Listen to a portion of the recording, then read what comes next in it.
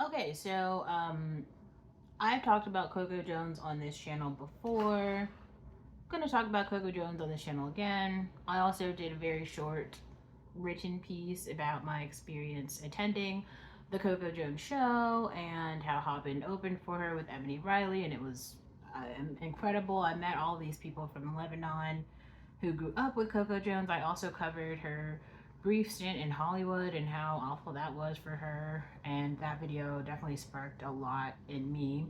Anyway, so it looks like she's actually on the cover of Teen Vogue, or they did a written piece on her, and I just want to read it out. The reason that I know that I'm going to link the article in the description box, mostly because I want you guys to understand there is a certain thing as like culture writers, people who write about culture. It's kind of something I'm doing a little bit about American culture just because I live here now.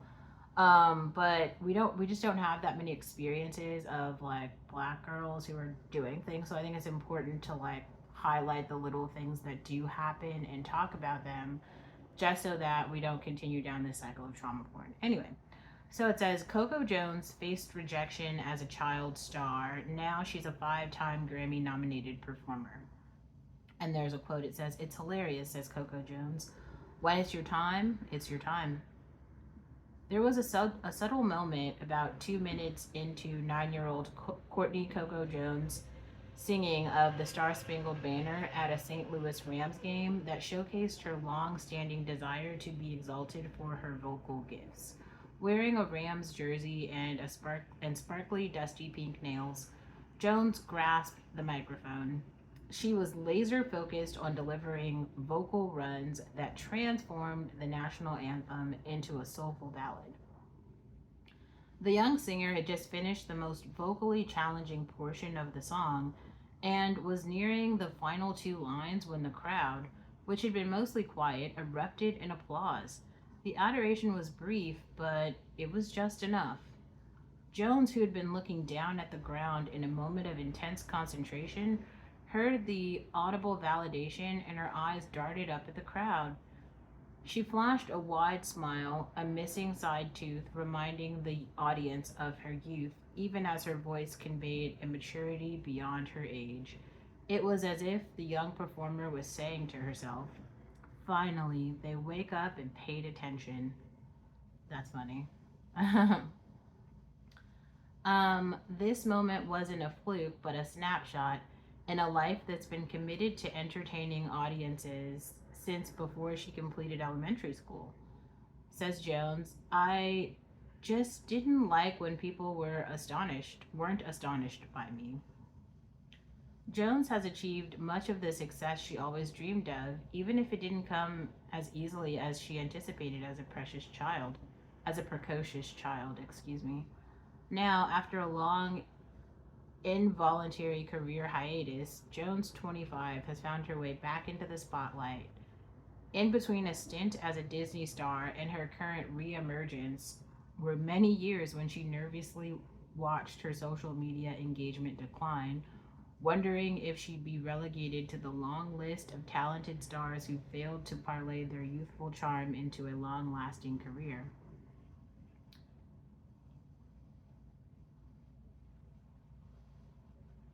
During this downtime, Jones was forced to grapple with the parts of her career she had no control over.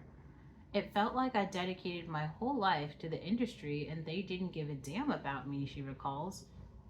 She could work as hard as she wanted on honing her talent, she realized, but she couldn't make the industry pay attention. Still, like the crowd that at that Rams game when she was 9, people have finally woken up to her talent. In 2020, after a fan's viral tweet lamented her absence since her childhood success, Jones capitalized on the public's renewed interest to revive her career. Since 2022, she's starred as Ashley Banks on Peacock's Bel Air, signed with Def Jam and WME Agency, and released What I Didn't Tell You, her first studio EP in a decade. Her platinum single "ICU" is a definitive take on an all-consuming love, has become her biggest hit to date. She recently secured 5 2024 Grammy nominations for the EP, including Best New Artist. Within the past year, Jones' star has risen in defiance of long standing prejudices against dark skinned black women in the entertainment and music industries. To be clear, Coco Jones isn't lucky. She's been able to break through. We in the audience are the lucky ones who would otherwise have been denied a generational talent. I agree with that. On a warm evening in October, Jones and I are tucked away in a dimly lit corner of the Standard Grill, right off the High Line in New York City. Never one to waste a good glam, she asked to go for dinner and drinks, following a photo shoot earlier in the day. That's nice. Jones' makeup is good, but it's also very natural, featuring neutral lips and silver highlighter that accentuates the bridge and tip of her nose. Her hair is slicked back and pulled into an intentionally floppy bun. The 5'10" songstress is wearing an ankle length dress, its rosy marbling clinging to her body. The minute Jones slips into the booth beside me, I'm greeted by a familiar, comforting warmth. Despite the clamor of New York City outside, breaking bread with her feels like I'm back home in the South, having a girls' night with a friend. During our time together, I'm constantly reminded of two truths. First, that Jones is the product of a lifetime of media training. She's also a career performer who is acutely aware of how her every action lands with her audience, whether it be at a music venue full of fans, a boardroom of label honchos, or sitting with one reporter. Jones is especially excited to be the subject of this profile. She tells me before the waiter even arrives at our table. As we speak, she's careful to choose her words in a way that might resonate with a young black girl who aspires to have similar success.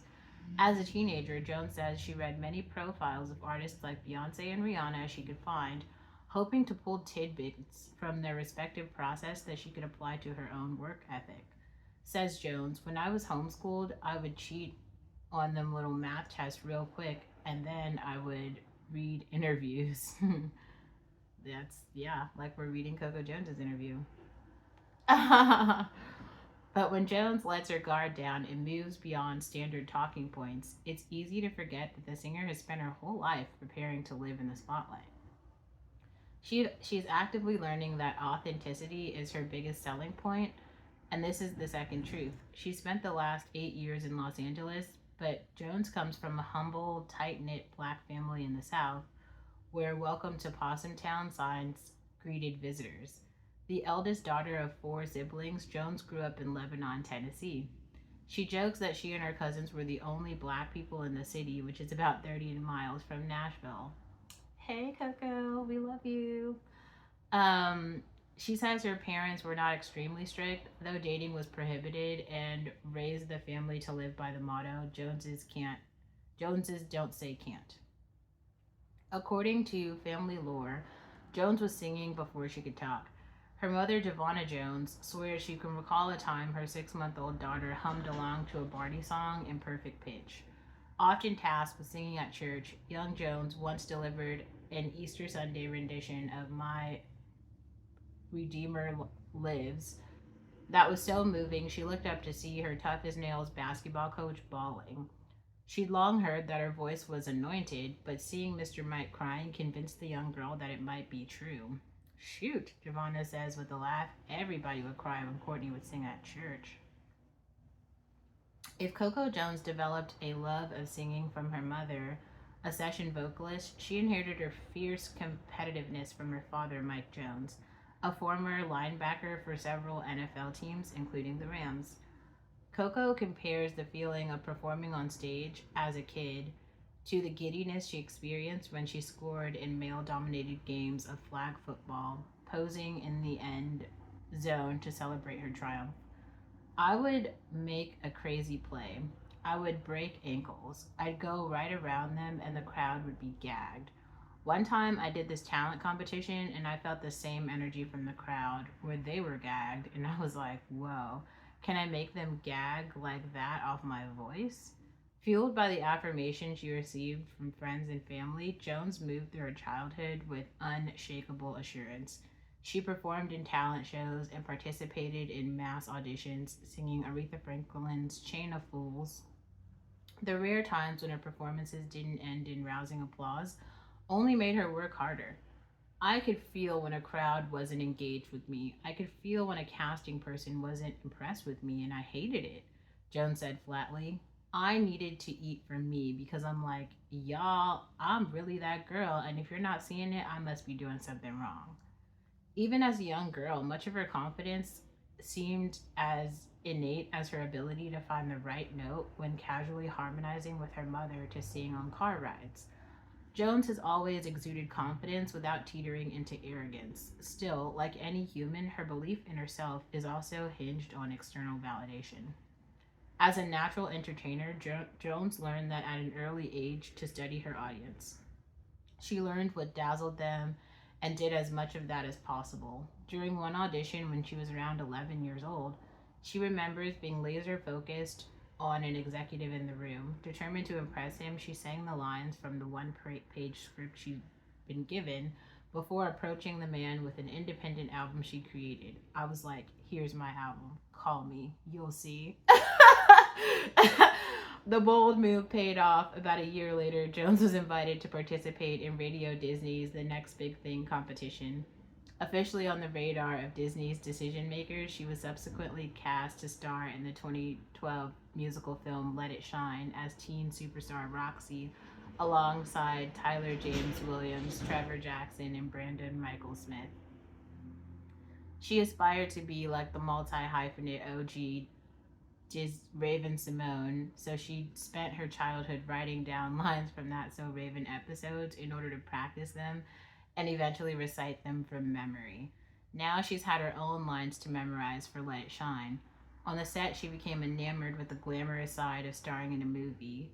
Jones affectionately remembers the crew hand delivering her hot chocolate with peppermint straws, but not at the expense of her craft. According to her mother, Jones studied the script so hard she'd often mouth the lines of her co-stars.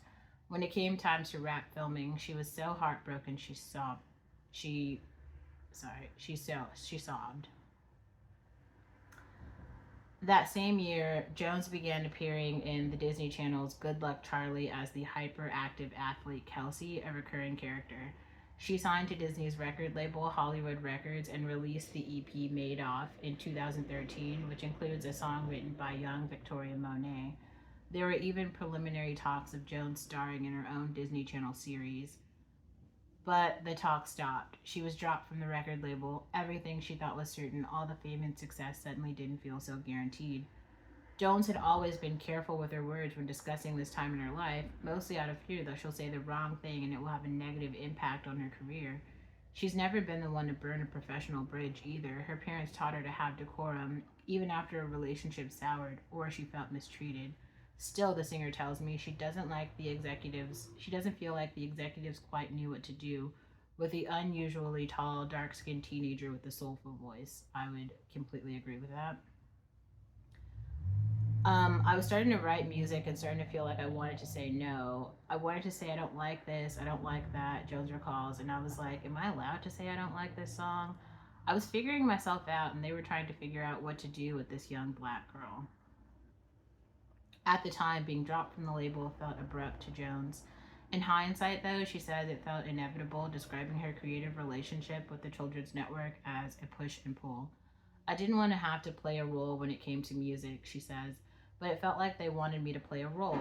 Jones says she emotionally blocked out memories of being dropped by Hollywood Records as a teenager, but her mom can't forget how devastating the time was. I didn't know what to do or which way to go, and I did not want to break her heart, says Giovanna, who worked as her daughter's manager through the early years of her career. I was not going to let that get in her head. I had to tell her the truth, but I went to those corners and I cried. Jones' experience wasn't uncommon. Fellow multi-hyphenate Kiki Palmer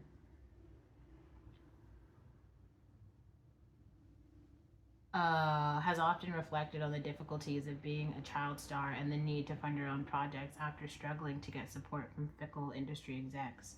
Both young women are only now experiencing the success they've been promised time and time again, decades after their entry into the Disney machine. The conviction Jones has possessed since childhood should also be attributed to her parents. They fiercely protected her from internalizing any negativity she faced in the competitive, unpredictable, and often unfair entertainment business. What I would always do is just plant that seed, says Javonda. They're not crazy. They're crazy, not you. They don't know what to do with you, Coco. Girl, you can sing off your tail, but they don't know what to do with you. They've done everything they can. This gift is too big for them.